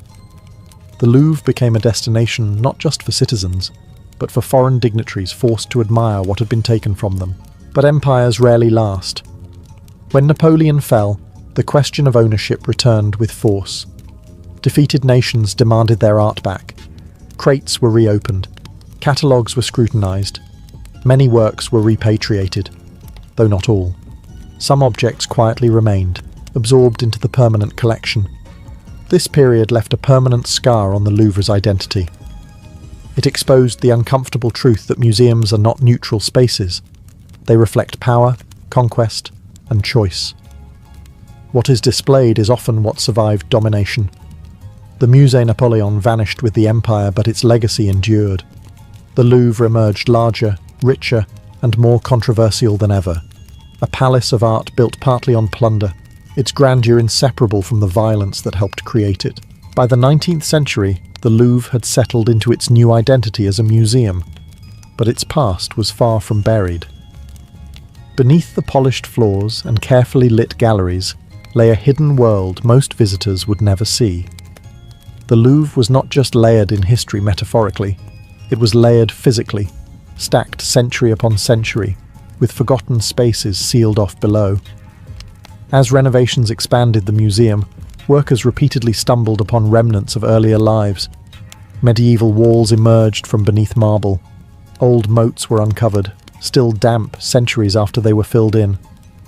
Foundations from the original fortress reappeared like bones pushed to the surface. Instead of destroying them, curators made an unusual decision. The past would remain visible, but controlled. These underground spaces became silent witnesses to everything the Louvre had been.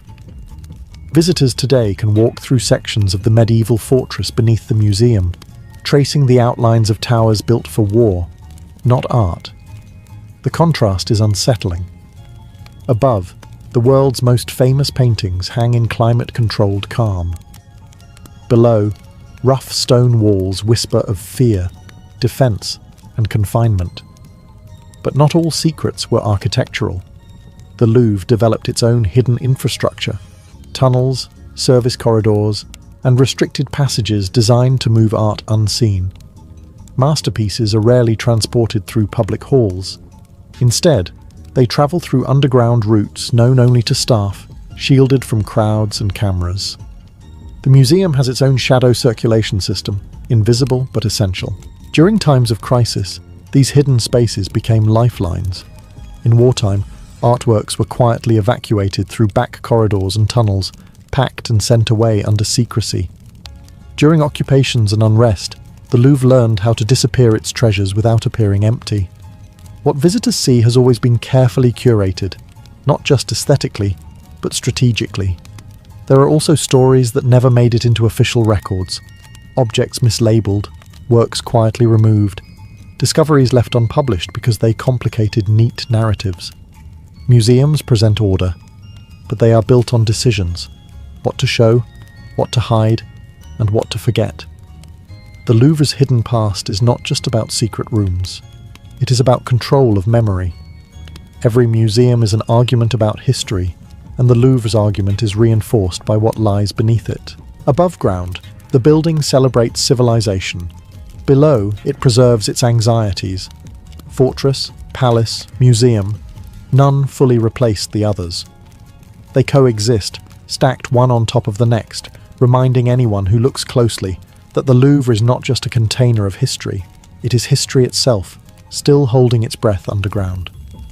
Today, the Louvre presents itself as timeless, calm, authoritative, and universal.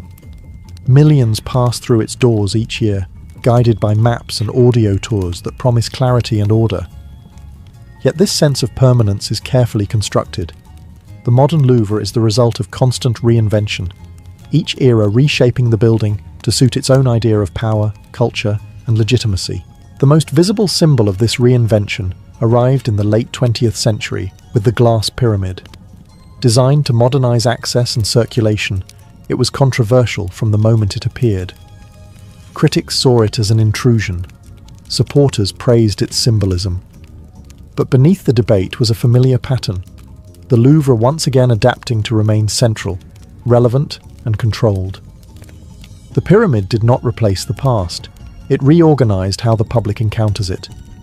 What visitors see today is the end result of centuries of selection. Not just selection of art, but selection of narrative. Some objects are elevated to global icons. Others remain in storage, unseen. Entire histories are condensed into captions, while uncomfortable origins, looting, coercion, erasure, are often softened or omitted. This is not deception so much as design. Museums do not show everything. They never have. The Louvre's authority comes from its ability to frame history as settled. Walls are quiet. Labels are confident.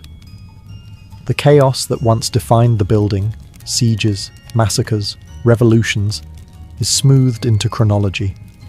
Yet those events still shape what hangs on the walls and what does not. Security is omnipresent. Cameras watch every movement. Guards patrol with practiced calm. Climate systems hum constantly to preserve fragile objects. The fortress logic never vanished. It simply changed form. Where once walls protected kings, systems now protect artifacts. The purpose remains the same: preservation of power through control of space. And yet, the Louvre also represents something genuine. It is a place where humanity confronts its own record, beauty alongside violence, genius alongside exploitation. Few buildings contain so much contradiction so openly. The Louvre did not become a museum by accident. It was shaped by rulers, rebels, empires, and curators, each leaving a layer behind. Fortress, palace, prison, workshop, museum. None erased the others. To walk its halls is to move through centuries of decisions about who owns culture, who defines history, and who gets to look. The Louvre's hidden past is not hidden at all. It is embedded, quietly, permanently, in every stone beneath your feet. Long before glass became something shaped by human hands, it already existed in nature, formed by forces far older and more violent than civilization. When lightning struck sandy ground, the heat fused grains into twisting glassy tubes known today as fulgurites. When volcanoes erupted, molten lava cooled into obsidian, a sharp black glass prized by prehistoric peoples for blades and tools. Humans admired these materials, but for thousands of years, glass remained something encountered, not created. The leap from accident to invention required a specific moment, sustained fire hot enough to melt sand, and someone curious enough to notice what happened afterward. Ancient camps along rivers and coasts unknowingly set the stage. Sand was everywhere. Fire was central to daily life. What was missing was control. According to a famous story recorded by Pliny the Elder, the invention of glass occurred by chance when merchants cooking on a beach used blocks of natron to support their pots. The fire grew intense, the sand fused, and a strange, translucent substance flowed out. While this tale is likely simplified, it captures an essential truth. Glass-making began not as art, but as surprise. The earliest evidence of human-made glass points to the ancient Near East, particularly regions of Mesopotamia and Egypt. At first, glass was rare, unpredictable, and difficult to reproduce. Early attempts produced opaque, brittle materials, more suitable for beads and small ornaments than practical use. These early glassmakers were not craftsmen in the modern sense. They were experimenters working at the edge of their knowledge, pushing fire beyond its familiar boundaries. Glass demanded precision before precision existed. Temperatures had to be high and sustained. Ingredients had to be measured without scales. Cooling had to be slow to prevent cracking. Each failed attempt taught another lesson. Each success felt almost magical. A solid that flowed like liquid, a stone that captured light. What made glass extraordinary was not just how it was made, but how it behaved. Unlike metal, it did not bend. Unlike stone, it could be translucent. It occupied a strange middle ground between solid and liquid, predictable only once its secrets were learned. This ambiguity fascinated early societies. From the beginning, glass was associated with fire, transformation, and mystery. It did not simply come from nature. It emerged through human intervention.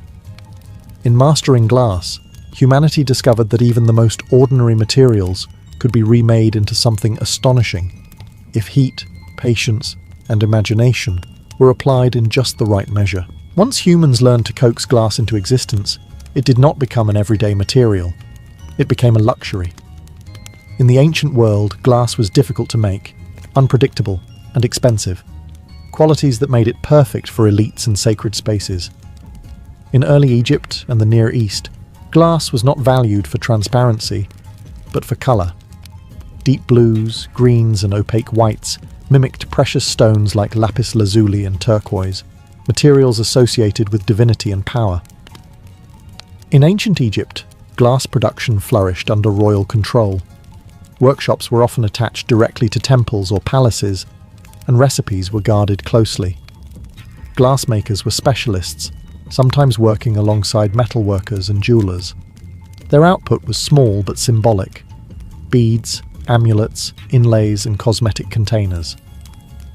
These objects were not meant for daily use. They were offerings to gods, markers of rank, and companions for the dead. Glass quickly became intertwined with religion. Egyptians believed colour carried meaning and power.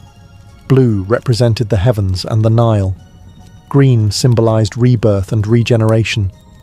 Glass, with its ability to hold colour permanently, was seen as a way to freeze sacred qualities into physical form. Amulets made of glass were placed on mummies, believed to protect the soul in the afterlife. In Mesopotamia, glass served similar roles. Kings used it to display wealth and connection to the divine order. Glass objects appeared in temples and royal treasuries, often alongside gold and ivory. Written tablets from the period describe glass-making recipes in cryptic language, reinforcing the idea that this knowledge bordered on alchemy. Glass was not just manufactured, it was conjured. What mattered most was rarity.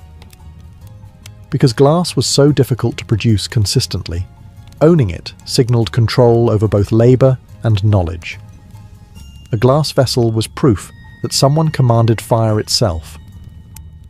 This is why early glass never replaced pottery or metal. It existed above them, not alongside them. These early societies did not yet imagine glass as something to look through. They saw it as something to look at. Its smooth surface, unnatural colours, and reflective sheen made it feel otherworldly. Light did not simply bounce off glass, it seemed to live inside it. At this stage in its history, glass was not about function, it was about meaning. It connected rulers to gods, the living to the dead, and humanity to the transformative power of fire. Only later would glass descend from temples and tombs into the hands of ordinary people and change the world in far more practical ways. The true revolution in glass did not come from priests or kings, but from engineers. When the Roman world expanded across the Mediterranean, it carried with it a hunger for scale, efficiency, and practicality. Glass was no longer expected to be rare or mysterious. It was about to become useful. This shift transformed glass from a sacred novelty into a material that reshaped daily life. Roman glassmakers inherited techniques from earlier cultures, but they improved them relentlessly. The most important breakthrough came with the development of glassblowing in the 1st century before the Common Era. By inflating molten glass through a hollow tube, artisans could shape vessels quickly and consistently. Production time dropped dramatically, costs fell. Glass stopped being exclusive. For the first time, glass vessels became common in homes, taverns, and markets. Cups, bottles, and storage containers appeared across the empire, from Italy to the provinces. Glass was hygienic, non-porous, and odourless, qualities that made it superior to clay for certain uses. Wine tasted like wine. Oils stayed pure. Everyday life quietly improved, but Rome's most radical use of glass was architectural. Thin sheets of translucent glass were set into window frames, especially in bathhouses and wealthy homes. These early windows were not perfectly clear, but they allowed light in while keeping wind and rain out.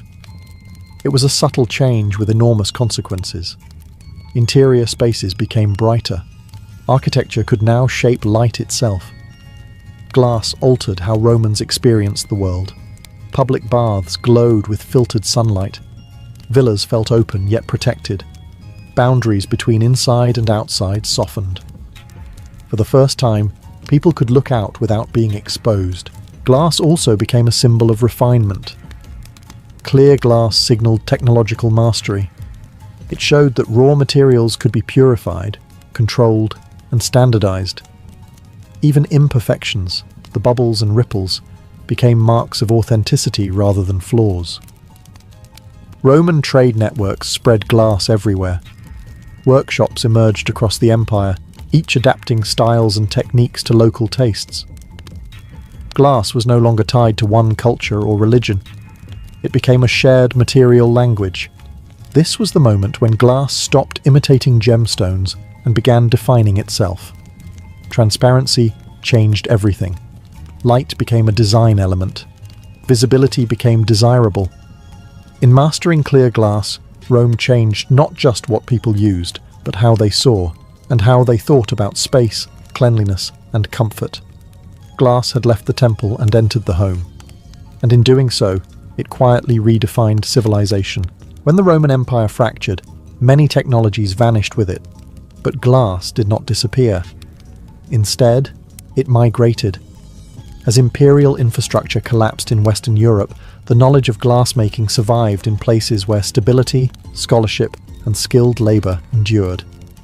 Glass retreated from mass production and returned, temporarily, to something closer to a specialist craft. In the Eastern Mediterranean, the Byzantine Empire became a crucial guardian of glass-making knowledge.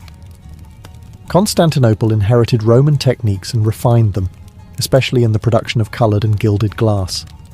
Glass tesserae, small cubes used in mosaics, covered church interiors, transforming walls into fields of shimmering light. Here, glass was not transparent. It was luminous. Gold leaf trapped between layers of glass made saints and emperors glow as if lit from within. At the same time, the Islamic world emerged as a centre of innovation rather than preservation. From Syria and Egypt to Persia, glassmakers experimented boldly with chemistry and form. Islamic artisans developed new colours, improved clarity, and advanced decorative techniques such as enamel painting and lustreware. Glass vessels were inscribed with calligraphy, turning functional objects into carriers of poetry, prayer, and status. Unlike medieval Europe, where glassmaking became fragmented and limited, Islamic cities supported large workshops and encouraged experimentation. Scholars wrote treatises on materials and processes, treating glass not as mystery, but as science. Recipes were refined, failures were documented, progress accelerated. One of the most important contributions of this period was chemical control. Islamic glassmakers perfected the use of plant ash and mineral additives to stabilize glass and improve transparency. This made larger, more reliable objects possible. Glass was no longer just decorative, it was technical. Trade spread these innovations. Glass from the eastern Mediterranean travelled along caravan routes and across seas, reaching Europe, Africa, and Asia. Each exchange carried techniques as well as objects. Slowly, knowledge flowed back westward. In Europe, monasteries and cathedral workshops became quiet centres of glass survival. While everyday glass remained rare, religious institutions preserved the craft through stained glass windows. These windows were not meant to be seen clearly through. They were meant to transform light into narrative and emotion. Glass became storytelling. This period kept the fire alive, literally and intellectually. Glassmaking did not advance rapidly everywhere, but it did not break. It adapted to new cultures, new beliefs, and new purposes. When glass would rise again as a transformative material, it would do so carrying the accumulated knowledge of empires, religions, and centuries of careful, patient fire. By the late medieval period, glass found a new home where trade, secrecy, and ambition intersected: Venice. Floating between East and West, Venice absorbed techniques from the Byzantine and Islamic worlds and refined them with ruthless focus. Glassmaking there was not just a craft, it was a state project. The Republic understood that control over knowledge could be as powerful as control over armies. To protect the city from fire and to guard trade secrets, Venetian authorities moved all glass workshops to the island of Murano. What followed was unprecedented specialization. Glassmakers became a privileged class, granted social status and legal protections, on one condition: they could never leave. The penalty for exporting secrets was severe. Venice built a gilded cage around genius. Within that cage, innovation exploded. Murano artisans perfected cristallo, an ultra-clear glass that rivaled rock crystal. For the first time since Rome, clarity became an obsession. Vessels grew thinner, lighter, and more precise. Stems twisted like vines. Bowls flared like petals. Glass was no longer merely functional or symbolic, it was virtuosity made visible. Colour returned, but with new control. Milky Latimo imitated porcelain. Aventurine sparkled with copper flecks. Filigree threads were embedded inside transparent walls, freezing motion within solid form. These were not accidents of fire. They were calculated effects, achieved through exact timing and composition. Glassmaking had become choreography. Venetian glass spread across Europe as a luxury export.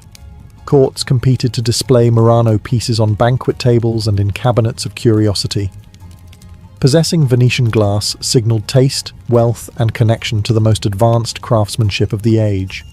Imitators tried and failed to replicate it. Without the recipes, the results fell short. This success bred paranoia. Glassmakers were watched, marriages were regulated, even travel required permission. Venice treated glass as intellectual property centuries before the term existed. The material that once symbolized mystery now symbolized monopoly. Yet the pressure had a cost. Innovation slowed as secrecy hardened into rigidity. Other regions began to experiment independently, breaking Venice's hold. Still, the Murano legacy endured. It proved that glass could be mastered to extremes, clear as air, thin as leaves, strong enough to endure centuries. In Venice, glass crossed a threshold. It became pure skill, human control over heat, chemistry and time, captured forever in a form that looked impossibly fragile and yet survived. As glass-making techniques improved, glass escaped the table and the workshop and began reshaping how humans perceived reality itself. The most transformative shift came when glass was no longer admired as an object, but trusted as a medium, something you could look through, rely on, and build knowledge around. Clear window glass spread slowly across Europe, first in churches and elite homes, then outward. Light, once a scarce and directional resource, could now be managed. Interiors brightened. Walls no longer had to be thick and defensive. Architecture opened itself to the outside world. Glass changed cities before anyone noticed it had done so. But the real revolution arrived when glass learned to bend light. Early lenses had existed in crude form for centuries, but improved clarity and consistency made them practical. Convex glass could magnify. Concave glass could correct vision. Eyeglasses appeared in late medieval Europe, quietly extending productive life for scholars, scribes, and craftsmen. Knowledge stopped being limited by aging eyes. Then curiosity took over. Glass lenses were stacked, shaped, and aligned. The result was the telescope and the microscope, devices that shattered old assumptions about scale and place. The heavens were no longer fixed lights embedded in crystal spheres. The natural world was no longer smooth and complete. Glass revealed motion, imperfection, and depth where none had been seen before. Through lenses, humans saw mountains on the moon, rings around distant planets, and microorganisms writhing in a drop of water. These discoveries were not philosophical arguments. They were visual facts, and they destabilized entire worldviews. Glass became dangerous. Religious and political authorities understood this immediately. A material that allowed people to see for themselves weakened inherited truth. Observation challenged doctrine. Measurement challenged tradition. The clarity of glass supported a new kind of thinking, empirical, skeptical, and restless. At the same time, glass entered printing and navigation. Glass plates improved presses. Lenses refined maps and instruments. Mariners trusted glass compasses and optical tools to cross oceans. Empires expanded on the back of transparent precision. What made glass so powerful was its neutrality. It did not argue. It showed. Once something was seen clearly, it could not be unseen. Glass turned vision into evidence. This chapter marked a turning point. Glass was no longer just crafted. It was integrated into thought itself. It became an extension of the human eye, correcting it, enhancing it, and ultimately challenging humanity's place in the universe. From this moment on, glass was inseparable from science, exploration, and doubt. The world was no longer interpreted solely through authority. It was examined through fire-made sand that had learned how to tell the truth. For most of its history, glass remained tied to skilled hands and small workshops. Even at its most advanced, production was slow, fragile, and limited. That changed abruptly with the arrival of industrialization. Fire, once carefully tended by artisans, was now harnessed by machines. Glass was about to lose its intimacy and gain unprecedented reach. The key shift was scale. New furnaces burned hotter and longer than any human-operated hearth. Coal replaced wood. Temperatures became consistent. Recipes stabilized. What had once taken days of careful labor could now be produced continuously. Glass sheets grew larger. Bottles became standardized. Imperfections that once marked individuality were now considered flaws to be eliminated. Factories transformed glass into infrastructure. Windows were no longer luxuries reserved for churches and palaces. They appeared in townhouses, schools, shops, and eventually factories themselves. Buildings filled with light. Urban life changed rhythm. Interiors no longer depended on open doors or daylight hours. Work extended. Surveillance increased. Visibility became normal. Glass also reshaped industry directly. Bottles preserved food and medicine safely and cheaply. Chemical experiments relied on glass containers that resisted corrosion and revealed reactions clearly. Laboratories multiplied. Science accelerated. Glass became the silent partner of progress. The most dramatic innovation came with new methods for producing flat glass. Techniques evolved until large, relatively even panes could be manufactured reliably. Storefronts appeared, transforming commerce. Goods could now be displayed behind transparent barriers, seen but protected. Desire was encouraged. Consumption became visual. This period also marked a shift in labor. Glassworkers lost autonomy. Skills passed down through generations were replaced by mechanized processes and factory discipline. The material survived, but the culture around it changed. Glass was no longer mysterious or rare. It was expected. And yet, something deeper happened. As glass became ubiquitous, people stopped noticing it. Transparency turned invisible. Windows disappeared from awareness even as they dominated space. Glass shaped experience quietly, separating inside from outside, public from private, observer from observed. By the end of this chapter, glass had fully entered modern life. It was no longer admired as an object. It was trusted as an environment. Walls became transparent. Containers became neutral. Vision became continuous. Glass had completed its transformation from sacred substance to everyday necessity, and in doing so, it prepared the world for its final role, not just showing reality, but mediating it entirely. By the 20th century, glass no longer announced itself. It surrounded quietly, shaping modern life so completely that it became almost invisible.